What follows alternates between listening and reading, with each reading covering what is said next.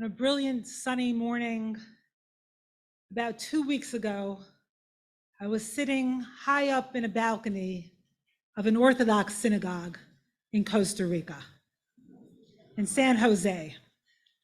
It was my cousin's son's bar mitzvah, and I'm lucky enough to have family who lives in Costa Rica and all over the Latin world, including Miami. And my cousin's son was having a bar mitzvah, and there I was with other women up in a balcony looking down. It was like a huge synagogue, really high ceilings, looking way down at my cousin's son, at my cousin, at my uncle, at my husband, at a sea of men below. Now, the Costa Rican Jewish community is really interesting. It's not that they're... Did I say something funny? Not yet. It's not that they're actually observant, but the synagogue that they usually don't go to is Orthodox. Personally, I have a lot of experience in balconies of synagogues, at the back of synagogues. I grew up in a very traditional community. And in fact, girls hardly ever went to synagogue at all, except for Rosh Hashanah and Yom Kippur. And then I sat in the back, and the women didn't pray. And since I left that traditional community and became a rabbi, I occasionally go back to Orthodox synagogues, usually when someone in my family is having some kind of celebration, or a friend of mine who lives in Orthodox community is celebrating something, or I'm visiting. And usually I don't think a lot about it. I mean, it never feels quite right, but it's the price of being part of family or being a good friend. And so I sit there and it's okay. But this time, I'm not sure exactly why, sitting in the balcony felt different. This time I felt positively destabilized, or maybe negatively destabilized. I kept thinking to myself, what's going on here? I mean, just because I was born with a certain kind of body, I have to sit in a different place? Like, it didn't make sense to me existentially. And way up here, separated from the Torah, separated from all those who were leading prayer, it had nothing to do, being up there had nothing to do with who I really am. I wore a skirt and they put me up there. That's where you should have laughed. But later you tell me why Costa Rica was funny. Others were defining me by the shape of my body, were assigning me a gender role. Every bit of my insides were screaming, this is not where I belong. Neither, though, did I want to sit in the sea of men below. I didn't know where I belonged. I was a person who inhabited the space in between existing categories. There was no section for me, no space for me, at least not in that synagogue. And then I began to wonder about all of us, how much our lives are determined by the specific bodies we have, by the specific skin color that we were born with, whether we're tall or short, big, little, light, dark, male, female. And all of that doesn't necessarily have anything to do with who we are at core, how we want to live our lives. Doesn't have to do with, maybe I'll take a risk and say, our souls. And if you don't believe in a soul, then just like substitute the concept of who you really are deep inside. We are defined by others, by the kinds of bodies we were born with, and told to go here or there because of them, or told to have this role or that role because of them. Or were subjected to insidious racism, sexism, or ageism because of those bodies, because of our physicality. But few of us are asking one another, who are we really? Do we want to be in that role? Do we want to be in that place? And which one of us dares tell who we are beyond the expectations of those around us? Could you imagine if I said to my uncle and to my cousin, it's like, I know you want me to be at this really wonderful bar mitzvah, and I really want to be part of it, but I don't want to sit up there with the women that would just looked at me like I was some strange creature. Like I wouldn't know how to have that conversation. If anyone has any ideas about that conversation, let me know, because maybe one day I will have it. So this scene up in the balcony, and these questions takes us right to this week's portion, believe it or not, which is an assemblage of laws, some deeply human and humane, and some cruel, including a law that I'm guessing many of you might be uncomfortable with. In Deuteronomy chapter 22, it says, there is not to be a man's item on a woman, and a man is not to clothe himself in the garment of a woman. For an abomination to Adonai your God is anyone doing these. Lo yeh kli gever al isha, v'lo yilbash gever simlat isha, ki to'avat Adonai Elohecha kol oseh eleh. Talk about maintaining and reinforcing a gender binary. The Torah is telling us we are not to dress across categories. That is an abomination of all things. Often the word to'eva in the Torah abomination is used to express disgust at the commingling of categories, disrupting binaries, including that of male and female. Indeed, God in Genesis created the world through binaries, light and dark, heaven and earth, days of the week and Shabbat, and of course, that crowning binary, male and female. If we undo those binaries, we threaten what underlies God's creation. We turn cosmos into chaos, creation into confusion. In biblical terms, that is an abomination.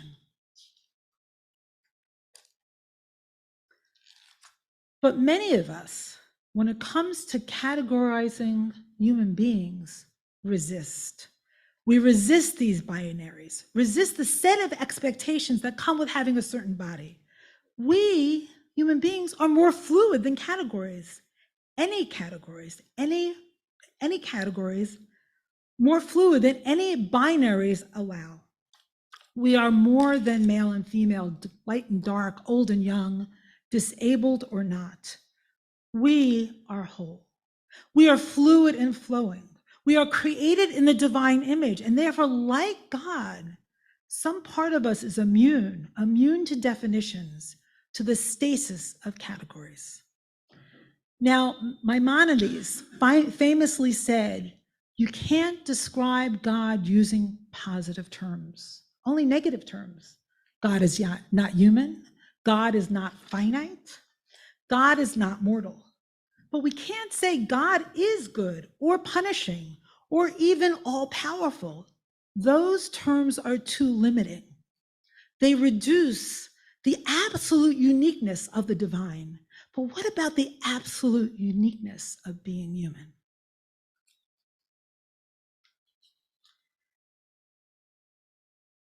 Maybe we could say that to impose categories on human beings is a kind of idol worship, trying to render us frozen and cold as inanimate objects. Our nature is not cold and frozen. Like God, we are spirit, and sometimes like God, we are fire. We want to flow, and more than that, we are flow. That is our nature.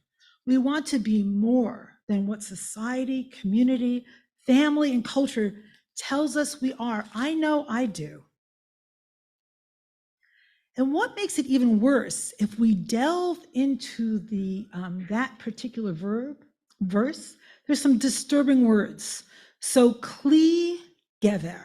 So the word gever, man, or kli, the apparel of a man, that word gever is mean like hyper masculine, associated with physical strength. It's not the word ish, person, which comes with isha. It's not the person enosh, person, human being, which is used to describe humanity. right? There is, in the Torah, there is no female equivalent for gever, right? It's like masculinity, the essential, the essence of masculinity.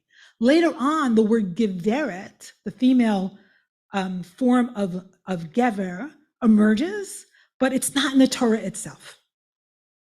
And kli, right? Kli gever, the apparel of men, can have military overtones.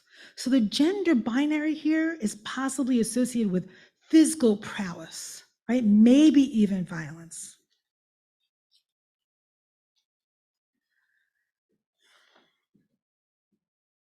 So this is not a verse that I can really live with. The 20th century philosophy, George Steiner famously says, "Our texts the homeland," right? But this verse cannot be in my home, right? There's no part of it that I relate to. So we need, as every generation does, to interpret, right? To find verses in which we can live. And there are amazing verses. So if we go back to the beginning, we see that in Genesis 1:26, it says, God created humankind in God's image. In the image of God did God create it. Male and female, God created them. Right? So male and female together are in God's image. God has multiple images expressed on this earth by male and female. But God is not one or the other. God is male and female. God's self is beyond the binary. And if we're created in God's image, in some sense, we're beyond the binary.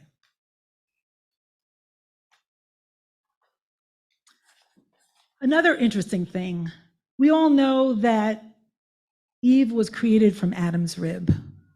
But there's a really radical midrash in Genesis Rabbah, in the midrash about Genesis, that tells us that in the beginning, the first human being, the first earthling, was actually a hermaphrodite, was a male and female stuck together at the back. And what God did is split the two of them to become male and female. So the first human being created contained all genders. And that word that's been translated as rib, Selah, actually in the Torah means side, right? Means side. You raising your hand?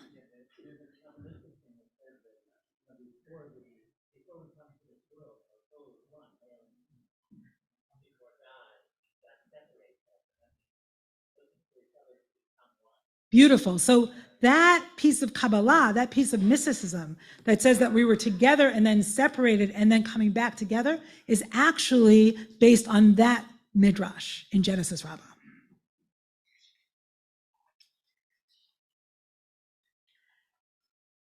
The rabbis understood things about gender that we're just coming to understand. The rabbis actually had 8 genders. And if you want to hear more about that, email me and I'll send you some essays. And one more thing about gender in the Torah that's really interesting. If you think about where gender roles really come up, they come up in the punishment for eating the forbidden fruit. Because Adam is told he has to toil the soil, and Eve is told she will have pain and labor. But even more than that, she's told that she will have desire for her husband, but he will rule over her. So if that's a punishment, if gender roles and power imbalance is a punishment, then here we are. We are here to repair, to find a tikkun for that punishment, right? To go beyond the gender binary because that's been imposed on us as a punishment.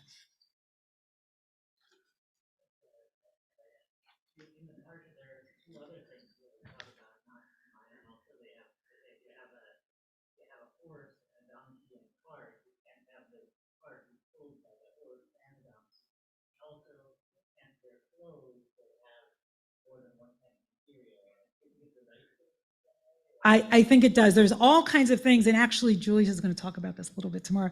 There are all kinds of things about separating and not mingling different categories. And if you think about our lives now, right, and Jewish practices, right, Shabbat and the days of the week, and separating meat from milk, kosher from unkosher, there's all kinds of categories that we're supposed to uphold, right? So categories are essential in the Torah, right? And later on in rabbinic thought, the question is, which categories do violence to us and which categories give our life holiness? So I would say that messing up some of these categories is actually messianic. That there's something about the messianic, which is actually making some of our forms more messy, heralding a state in which we are deeply connected and experience radical equality, and where our deep identities are taken seriously. I have a kind of backwards fantasy about my cousin's son's bar mitzvah, that somehow I became a bird on that day, and I flew from the balcony down below, and then I flew to the middle space in between the women and the men, and kind of hovered there and built myself a nest.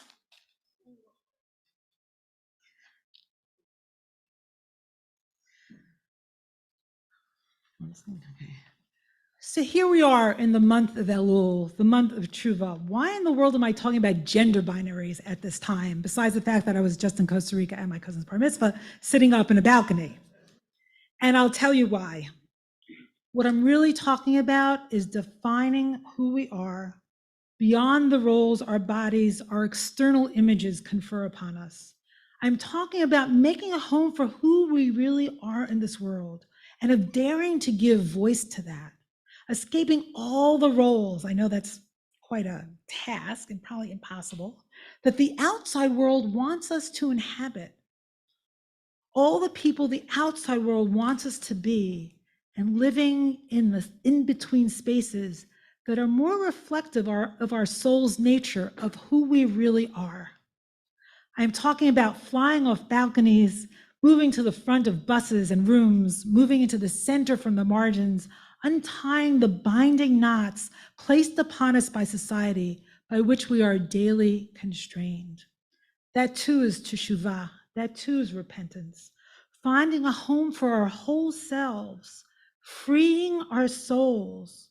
And we can only do so by naming that fluidity, that flow, that existence beyond categories, beyond binaries, the truth of who we really are, by tolerating the mess created by breaking open categories, a mess that maybe, just maybe, becomes messianic.